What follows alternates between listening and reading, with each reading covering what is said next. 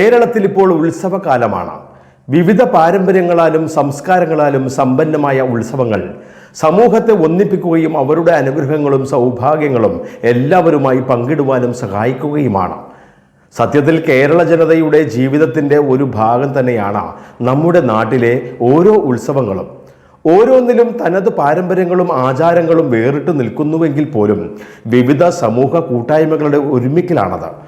ഓണവും വിഷുവും ക്രിസ്മസും ഈസ്റ്ററും റംസാനും ബക്രീദുമെല്ലാം കേരളത്തിലെ ഒരു പ്രധാനപ്പെട്ട ഉത്സവങ്ങളാണെങ്കിലും ഇവിടെ ചില ആരാധനാ കേന്ദ്രങ്ങൾ കേന്ദ്രീകരിച്ചുകൊണ്ട് ഓരോ വർഷവും നടത്തുന്ന ഉത്സവങ്ങളും പെരുന്നാളുമെല്ലാം ആയിരങ്ങൾ എത്തിച്ചേരുമ്പോൾ അവിടെയെല്ലാം വിവിധ ജാതി മത സാഹോദര്യങ്ങൾ കൂടി ഊട്ടിയുറപ്പിക്കുന്നതായി നാം കാണുന്നുണ്ട്.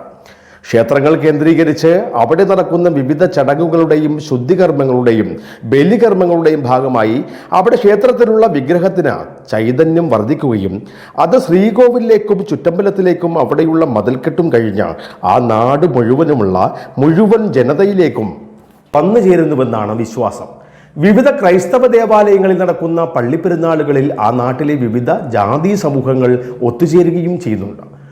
തങ്ങളിപ്പൂപ്പായുടെ കബറിടത്തിൽ വിവിധ ഇടങ്ങളിൽ നിന്ന് എത്തിച്ചേരുന്നവരുടെ ആ തക്ബീർ വിളികളാൽ മുഖരിതമാകുന്ന ആയിരങ്ങൾ പങ്കെടുക്കുന്ന കൊടികുത്ത് ചന്ദനക്കുട ഉറൂസും മതസൗഹാർദ്ദത്തിൻ്റെ മറ്റൊരു വേദിയാണ്. വർഷാരംഭത്തിലെ ആദ്യത്തെ ഏതാനും മാസങ്ങളിലായി നടക്കുന്ന ഇത്തരം ഉത്സവപ്പറമ്പുകളിൽ വിവിധ ഇനങ്ങളുമായി കച്ചവടക്കാരും നിറയും. അവർ കുട്ടികളെയും മറ്റും ആകർഷിക്കുവാനായി പുതിയ ഐറ്റങ്ങളും ഓരോ സീസണിലും ഇറക്കുകയും ചെയ്യും. അത്തരത്തിലുള്ള ഒരു പുതിയ ഇനമാണ് മൊബൈൽ ഫോണിൽ ഘടിപ്പിക്കുന്ന പ്ലാസ്റ്റിക്കിൻ്റെ ചെറിയ ഒരു ഫാൻ. ഫോണിൽ ചാർജ് കുത്തുന്ന ഇടത്തിൽ ഫാനിൻ്റെ കൂടെ പിടിപ്പിച്ചിരിക്കുന്ന പിൻ കുത്തുന്നതോടെ ഫാൻ അങ്ങനെ കറങ്ങുകയായി. മൊബൈൽ ഫോണിലെ ബാറ്ററി ചാർജിൽ നിന്നാണ് ഈ കുഞ്ഞു ഫാൻ പ്രവർത്തിക്കുന്നത്. ഇത് ഏതായാലും കുട്ടികൾക്കും മുതിർന്നവർക്കും ഒരു കൗതുകമാകുകയാൽ ഇതിന് കച്ചവടക്കാർ ഒന്നിന് 100 രൂപ വരെ വാങ്ങുന്നുമുണ്ട്. അങ്ങനെ വ്യത്യസ്ത ഇനങ്ങൾ അവതരിപ്പിച്ച് ഇത്തവണത്തെ ഉത്സവ നാളുകൾ അതെല്ലാവർക്കും വളരെ ആഹ്ലാദഭരിതമാകട്ടെ.